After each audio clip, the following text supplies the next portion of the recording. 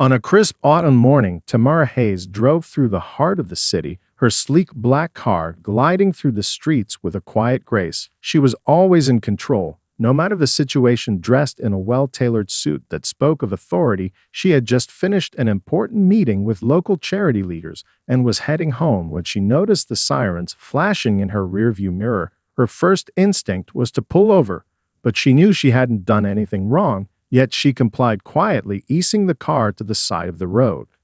As she came to a stop, her mind flickered back to the discussion she just had at the charity meeting about funding for homeless shelters. She had been so focused on the next steps that she barely noticed the police officer approaching her window. But now the unexpected interruption was here. She rolled down the window and looked up to meet the officer's eyes. He was a tall man, probably in his early 30s, with a no-nonsense look on his face as he leaned toward her. "Good morning, ma'am," he said, his tone already firm. "I'm stopping you because you made an illegal turn back there." She glanced in the rearview mirror, seeing the spot he was referring to, and knew that she hadn't made the turn intentionally. There had been a car that cut her off, forcing her to take a quick maneuver. She started to explain, but the officer interrupted. "I've seen people try that excuse before, ma'am. I'm going to have to issue a ticket. You can take it up with the judge." She felt a tight knot form in her chest, but she didn't let it show. Her voice calm and controlled, she replied, "I understand, officer, but I wasn't breaking the law. I had to turn quickly to avoid an accident." He looked at her with little interest, as if her explanation didn't matter. "Please step out of the vehicle," he said abruptly, his eyes narrowing. She took a breath and stepped out the car, obeying his order without argument. She was used to people misjudging her, but she was also used to staying composed. She knew that in moments like these, it was important to maintain control of her emotions, even when it felt unjust. After a few moments, he handed her the ticket, writing down details on the small pad. Without looking at her again, "You're free to go," he said, and as quickly as it had started, it was over. She took the ticket with a slight nod and got back into the car. But the unease lingered in her chest as she drove away. She thought about how often she had been in similar situations where people assumed things about her simply because of her appearance, because of the color of her skin, and yet she always rose above it, always showed restraint, even when others didn't seem to understand her motives. As she drove on, the feeling of being judged unfairly wasn't new to her, but it was still frustrating. There was always this underlying tension when she was out in public, always the sense that no matter how much she accomplished or how much she achieved, there would always be people who saw her not for who she truly was, but for who they thought she was. It was something she had learned to live with over the years, but that didn't mean it didn't sting. Tamara's hand gripped the steering wheel tighter, but she forced herself to relax, reminding herself that this was just another small hurdle, another test of her patience and strength. As she turned down the next street and left the memory of the incident behind her, she knew this wasn't over. She would deal with it the same way she had always dealt with obstacles, calm, collected, and unwavering. The courthouse was bustling with activity as Tamara entered the large, intimidating building. She had walked through these halls before, but today felt different. Today, she wasn't there in her official capacity as governor or as a public figure. Today, she was just another person with a ticket and a case to answer for. The marble floors beneath her feet echoed as she made her way to the check-in counter. The security guard glanced up and nodded as she handed over her identification with a calm smile. She knew how this worked. She had been to court for small matters in the past as a citizen of the state, and while her position had given her certain privileges, it had never changed the fact that the law applied to everyone equally. Tamara wasn't someone who took shortcuts or made exceptions for herself. She was here to deal with this the same way she would any other issue, with dignity and respect. Tamara made her way to the waiting area, where the atmosphere was one of impatient anticipation. The buzz of voices echoed around her as people sat quietly or whispered to their companions. She found a seat by the window and gazed out at the gray sky, feeling the weight of the day settle on her shoulders. She had always prided herself on being a person of action, and today was no different. But something about this moment felt odd, as though she were being watched closely, despite the fact that she hadn't done anything wrong. She glanced around the room, her eyes briefly meeting the gaze of a few people sitting nearby, but she quickly looked away, not wanting to draw attention to herself. Some people knew who she was, of course. Her face had been in the media many times, but for the most part she was content to blend, and when she wasn't at an official event or function, she didn't need the extra scrutiny today. She was just here to resolve a small misunderstanding. After a few minutes, a woman at the front of the room called out her name. Tamara stood and walked toward the door leading to the courtroom. Her heart beat steadily in her chest as she entered the large room and took a seat at the front facing the judge's bench. The room smelled of old wood and dust, the atmosphere formal and slightly stuffy, but it was a space that she was familiar with. The judge was already seated, a tall man with graying hair and a severe expression. He looked down at his papers without acknowledging her as she entered the room. He seemed absorbed in the case before hers, muttering something under his breath to the clerk. Tamara stood silently waiting for the proceedings to begin. She had prepared herself for this moment, and now she was ready. Finally, the judge glanced up and addressed the room in a strong but disinterested voice. Court is now in session. The case before us is for a traffic violation. Tamara Hayes stepped forward, he said without looking directly at her, his eyes still scanning the papers in front of him. Tamara felt a slight tightening in her chest, but she kept her face neutral and stepped toward the bench. Judge Matthews didn't immediately recognize her. He looked her over briefly, as though he was evaluating just another person in his courtroom. He cleared his throat and began speaking in a voice that carried authority. Miss Hayes, you've been cited for an illegal turn back on Broad Street. He said, his words clipped and sharp. Do you have anything to say in your defense? Tamara's heart skipped a beat at the use of her last name. He hadn't recognized her yet, but it was clear that he assumed she was simply another case, another routine ruling. She took a breath and spoke in a clear voice. Your Honor, I was forced to make the turn to avoid an accident. It was not intentional nor reckless, she explained, calmly looking directly at the judge's face.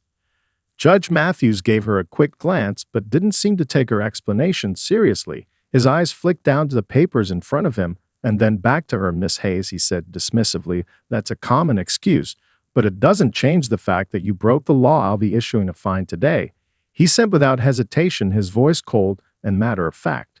Tamara's gaze didn't waver as she nodded slightly. Her patience was starting to wear thin, but she didn't let it show. She knew this moment wasn't about her. It wasn't about the case at all. It was about how people saw her, how they judged her. Without knowing her, she remained silent and stood still, awaiting the judge's final decision. Judge Matthews didn't seem to care about Tamara's calm demeanor. His mind was already set on the decision, and he wasn't looking to hear any more explanations. The courtroom was quiet, save for the scratch of his pen as he jotted down a few notes. He barely looked up from his papers, not realizing that this was no ordinary case.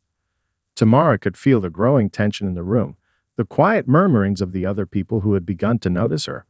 But even in that moment, she held her composure, remaining still and poised, as though this was just another ordinary day. Judge Matthews finished writing, his face still in an impassive mask, as he set the pen down. He cleared his throat and looked up at her, his gaze cold and professional. You're dismissed, he said abruptly, his tone final.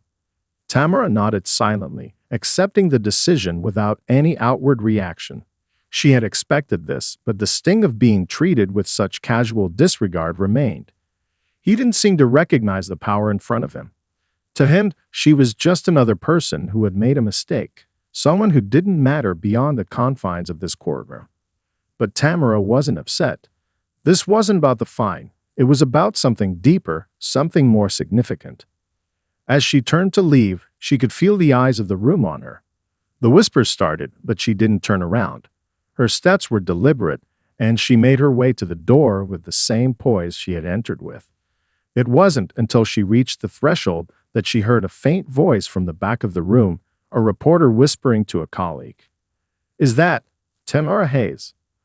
The name caught like a spark, and the words began to spread, slowly at first, but then more quickly, like a wildfire racing through dry grass. The room fell into a tense silence as people looked at each other, eyes wide with disbelief. It wasn't the typical reaction to a fine. The chatter grew louder as the recognition hit. Judge Matthews was still facing the front of the courtroom, his mind clearly focused on the next case. He hadn't caught the shift in the atmosphere, but then, slowly, the words reached him. His eyes flicked up from the papers, and his gaze swept across the room. The subtle shift in the air was impossible to ignore. He saw people whispering, looking at him, looking at her, and then it hit him. The woman standing at the front, poised and calm, wasn't just anyone. She was the governor of the state. A strange chill ran down his spine. His grip tightened on the papers in front of him, but he didn't know what to say. His usual confident demeanor faltered as he stared at the woman who had just accepted a fine for a traffic violation with more grace than he had ever shown in his years as a judge. He had just treated the most powerful woman in the state as though she were no different from the average citizen who walked through these halls daily. Tamara, however, didn't let his reaction affect her. She stood still for a moment, letting the silence fill the room. Her mind was working quickly now. She could feel the weight of the moment, but she remained calm. This was not the time to make a scene. She had been in these situations before, used to being judged for things that had nothing to do with her qualifications or abilities. But today was different. Today, she was reminded of the power of perception, of the invisible barriers that people placed around those who didn't look like the people in positions of authority. Without a word, she turned and walked out of the courtroom, her steps echoing on the marble floor. As she exited the building, the weight of the moment began to settle in. She was ready for whatever came next, but she couldn't help but feel the sting of how easily she had been dismissed. Despite her position, despite the work she had done for the state, there would always be those who saw her as less than. But it wasn't over. Tomorrow was used to pushing back against those barriers. This moment would be another step in the journey, not an obstacle, and she would rise above it, as always. As Tamara walked out of the courtroom, she felt the cool air hit her face, a welcome contrast to the stuffy atmosphere inside. Her steps were steady but deliberate, each footfall echoing in the large hall as the weight of what had just transpired began to sink in. Her mind was sharp, processing everything: the judge's dismissive tone, the way he had treated her like just another person who didn't matter, the subtle sting of being overlooked, even in a room where she held so much power. But she wasn't one to dwell on such things. She had learned long ago that some battles were best won through silence and composure. Outside, the world seemed to have continued without noticing the small injustice that had just unfolded inside. The noise of the city, honking cars, pedestrians rushing past, the hum of conversation, felt distant now, almost like a different reality. Tamara paused for a moment, standing at the edge of the courthouse steps, and closed her eyes. She didn't want to let the frustration show. Not now, not ever. The press had already caught wind of what had happened, and soon enough, cameras would follow. They would want answers. She needed to be ready. But what she hadn't expected was how quickly the story would take on a life of its own. As Tamara made her way down the steps, a low murmur started behind her. Her ears caught the words Governor Hayes, and wait, is that really her? She slowed her pace, glancing around. A few people were pointing discreetly in her direction, some whispering to each other, some glancing at their phones. But it wasn't until she reached the bottom of the steps that the whispers grew louder, louder still, until they couldn't be ignored. Tamara paused as a reporter, a young man with a microphone in his hand, approached her, his eyes wide with recognition. "Governor Hayes," he asked, his voice wavering slightly with excitement. "Are you the Tamara Hayes, the governor?" She met his gaze, the calmness never leaving her face. She knew what was coming. News like this spread like wildfire, and she could already see the camera crews gathering in the distance, preparing to capture her response. "Yes," she said simply, her voice measured. "I'm Governor Hayes." The reporter's eyes widened and his mouth opened, but no words came out. He had been expecting a simple citizen, someone just like the others he'd seen pass through these doors, but not her. Not the most powerful woman in the state. Behind him, she could see the cameras starting to focus on her, capturing every moment, every glance. In the silence that followed, it became clear that her identity had sent shockwaves through the small crowd. The tension in the air was palpable, a mixture of surprise and disbelief. Judge Matthews, who had remained seated at his desk in the courtroom, had been completely unaware of who she was. It was only now, as the whispers intensified and the room seemed to come alive with energy, that he began to register the enormity of the situation. Suddenly, Tamara's phone buzzed in her pocket. She glanced down to see a text message from her assistant. Asterisk, the story's already breaking. Are you okay? Asterisk. She smiled to herself. The world was always quick to react, always eager to jump to conclusions. But Tamara wasn't fazed. She had worked too hard, fought too many battles, to let a misunderstanding like this define her. As the crowd started to gather around her, asking questions, she raised her hand, signaling for them to pause. I'll make a statement soon, she said calmly, her voice firm but inviting. But for now, please let me handle this with the same grace I always do. With that, she turned away from the reporter, her steps confident as she made her way back to the car. There was no need for drama, no need for the cameras to spin their narrative. Tamara knew how to control the story, and she wasn't about to let one careless moment by a judge take her off course. As she drove away from the courthouse, she knew that this wasn't over. Not by a long shot. The next chapter was about to unfold, and she was ready. By the time Tamara reached her office, the story had already gone viral. Her phone buzzed incessantly with messages from reporters, political allies, and even a few critics. The headlines were all the same. Asterisk Governor Hayes fined for traffic violation after being dismissed by Judge Asterisk. Some had even gone so far as to question the judge's professionalism, while others speculated about her calmness in the face of such an insult. But Tamara knew better than to get caught up in the frenzy. She had learned long ago that public perception was as fluid as water. It could shift in an instant, and all it took was the right response. Her assistant, Lydia, greeted her as she walked into her office.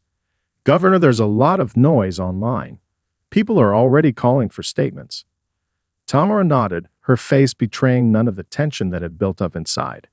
She had been through far worse in her career. Scandals, missteps, media attacks. But this was different. It wasn't a scandal. It wasn't even a controversy. It was an unfortunate misunderstanding, a small incident that had spiraled into something much larger than it needed to be. And Tamara wasn't about to let anyone dictate her narrative. I'll handle it, she said, sitting down at her desk. She took a deep breath, watching as Lydia placed a stack of papers in front of her. It was a reminder that despite everything going on in the world, there were still important matters to attend to: legislation, policies, and the constant fight for progress. She needed to stay grounded. As Lydia left the room to take more calls, Tamara pulled up her email. She saw messages from lawmakers, public relations teams, and even a few personal friends checking in on her. But one caught her eye, a message from Judge Matthews' office. It was brief, almost curt.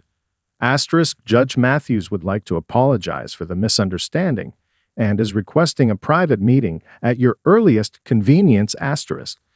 Tamara read the email twice, letting it sink in. The judge, who had so casually dismissed her only hours earlier, now wanted to apologize. The irony was not lost on her. In the time it had taken for the story to gain traction, he had realized the gravity of his mistake. She smiled wryly, but there was no real satisfaction in it. This wasn't about him. It was about how he had treated her in the first place and how his actions were a reflection of a larger issue. She stood up from her desk, walking toward the window that overlooked the city. The skyline was bathed in the late afternoon sunlight, the streets below bustling with activity. People were living their lives, going about their business, unaware of the storm that had momentarily engulfed her. But Tamara knew that the world didn't stop for anyone, not even for her. After a few minutes, she sat back down and typed a response to the judge's office, agreeing to meet but setting clear expectations. Asterisk, I appreciate the gesture, but the actions taken today were more than a simple misunderstanding.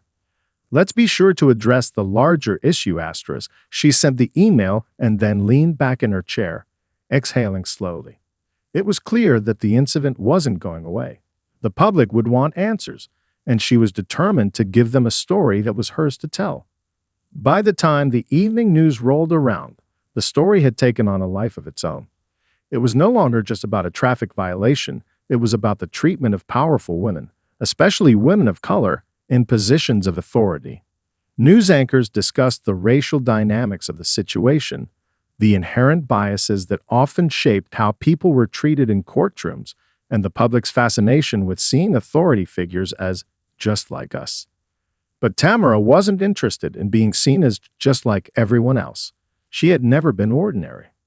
As the coverage continued, she remained focused. Tomorrow would be a new day, and there was work to be done. The story, she knew, was far from over. The next morning, the media frenzy had only intensified. News vans were parked outside her office building, and reporters lined the streets, eagerly waiting for a statement. Tamara hadn't slept much, but that was nothing new. She had faced challenges far greater than this one, but the gravity of the situation still lingered. It wasn't about the traffic ticket anymore, it was about the larger questions it had raised. The issue had transcended her personal experience and was now part of a broader conversation about race, gender, and the subtle ways power dynamics played out in everyday life. Tamara knew that she had to take control of the narrative, not let it spiral into something that could derail the work she had been doing for years. The morning after the incident, she scheduled a press conference, deciding to face the media head-on. Her office was packed with journalists, cameras, and microphones, the room buzzing with energy. Tamara stood at the front, poised and unflinching as the crowd settled. She could feel the weight of the eyes on her, some with judgment, others with curiosity, but she had nothing to hide. She was ready. "Good morning," she began, her voice steady and clear, silencing the room. "I'm here today to address the events of yesterday, to speak directly to the people of this state and to the media. What happened was a misunderstanding, a routine traffic violation that should have been handled as such, but instead it became a spectacle." She paused, letting her words sink in. But the issue here isn't about a fine or a judge's decision. The real issue is the larger context. Yesterday, I was treated the same way that so many women and people of color are treated in this country. Dismissed, underestimated, and not taken seriously. There was a brief silence in the room as the reporters processed what she had said. Tamara continued, her tone never faltering. "I don't need anyone's pity or special treatment, but I do need the same respect that anyone in a position of authority should receive. My work as governor, my accomplishments, my ability to serve the people of this state should not be diminished because of the way I look or because of outdated biases." This incident was a stark reminder of how easily people, especially those in positions of power, can make assumptions based on superficial judgments. A few reporters nodded, murmuring amongst themselves. Tamara could feel the shift in the room. She had shifted the conversation from a personal slight to a collective issue. She wasn't just defending herself. She was defending anyone who had ever been overlooked or disregarded because of their race, gender, or status. "I'll be meeting with Judge Matthews soon," Tamara continued, "to discuss the events that transpired yesterday. But this isn't just about me and him. This is about a culture that still sees people through the lens of bias, a culture that still has a long way to go in terms of equality and fairness." She took a breath, her gaze sweeping over the room. "I will continue to do my job, and I will continue to lead with integrity. But I won't let this moment be forgotten. It's time we have a real conversation about how people like me, people who aren't traditionally seen in power, are treated when they walk into a room." The room was silent for a moment, and then the questions began. Reporters fired off inquiries about her meeting with the judge, her thoughts on the public's reaction, and her stance on racial and gender equity. Tamara answered each question with precision and poise, never letting her calm demeanor slip. She had taken control of the narrative, turned a moment of personal frustration into an opportunity for change. By the time the press conference ended, the tone of the coverage had shifted. The media wasn't focused solely on her fine anymore. They were focused on the larger issues she had raised. People were talking, debating, questioning, and challenging the status quo. Tamara had made her point, and it was clear that her words had resonated. As she left the conference room, Lydia was waiting for her with a relieved smile.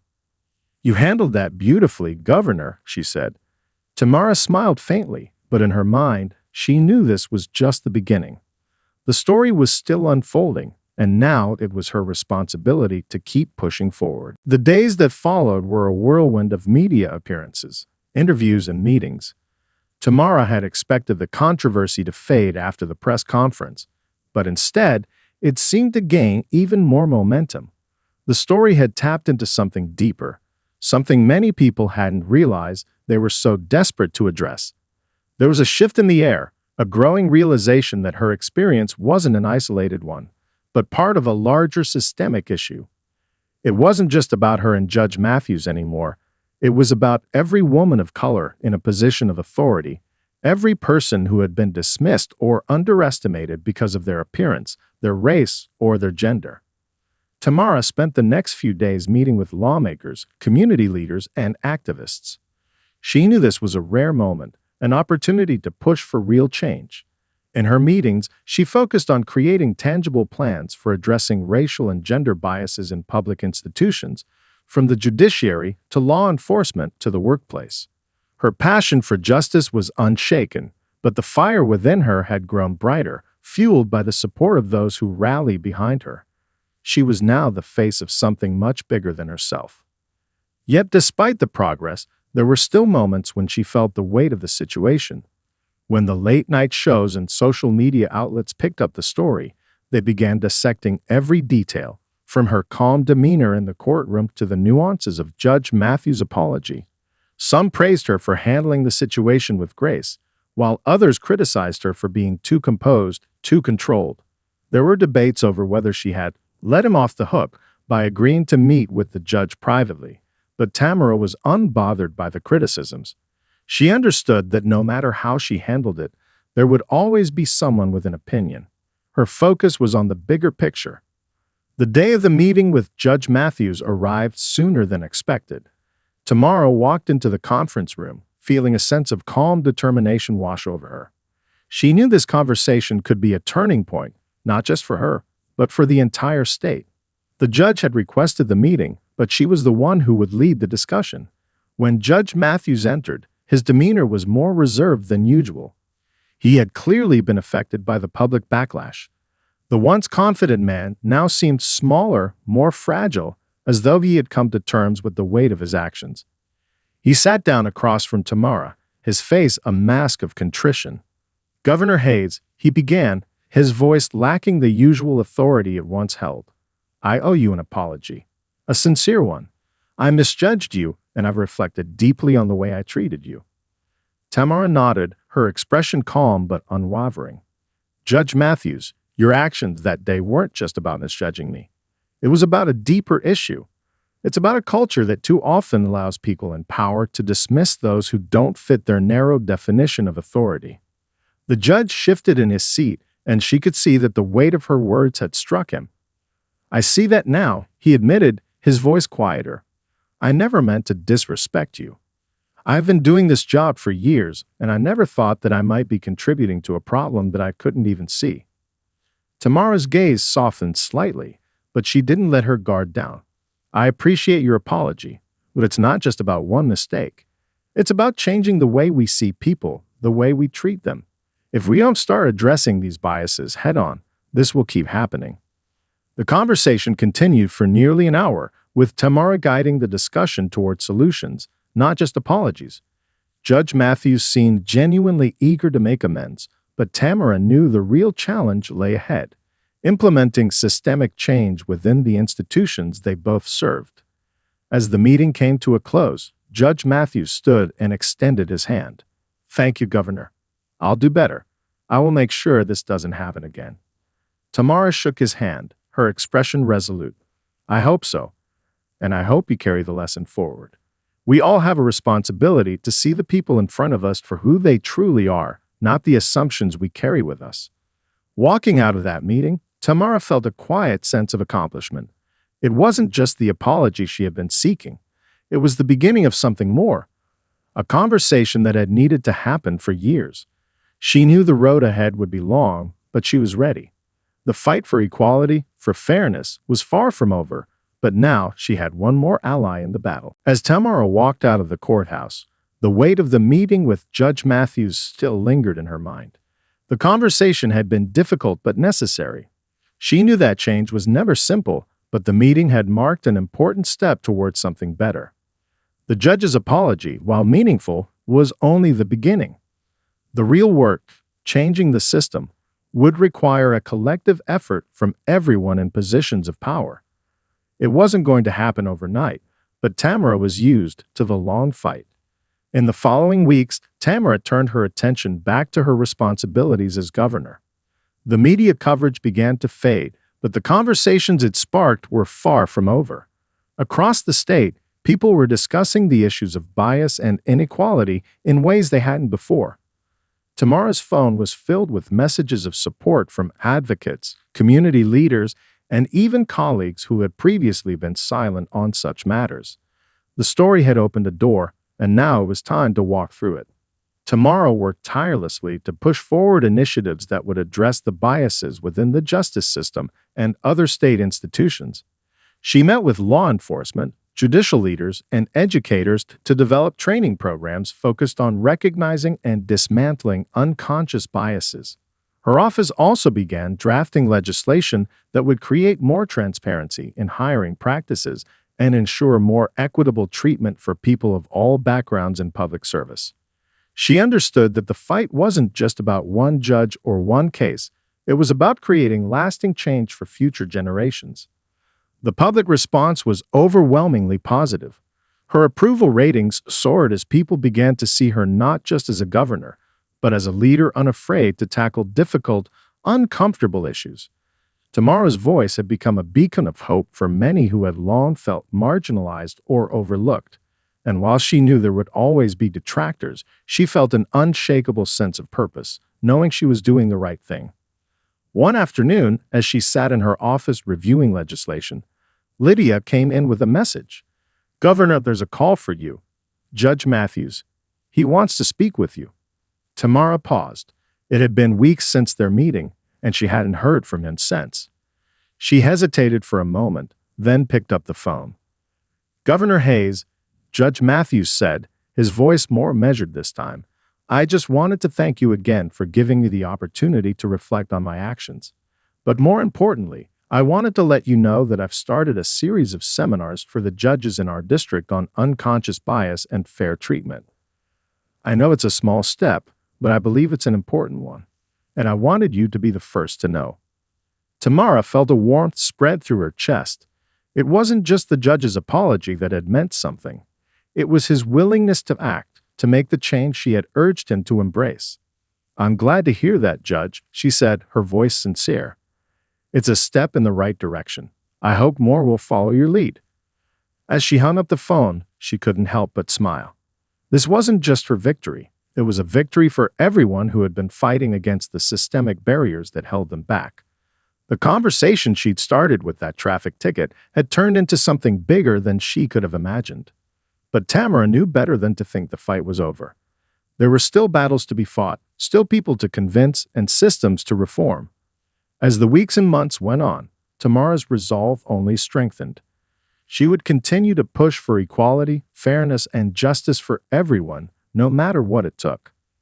In the end, Tamara Hayes had turned a moment of public humiliation into a catalyst for change. She had not only stood up for herself, but had given voice to countless others. Her leadership had created a ripple effect, one that would continue to challenge and transform the institutions that shaped people's lives.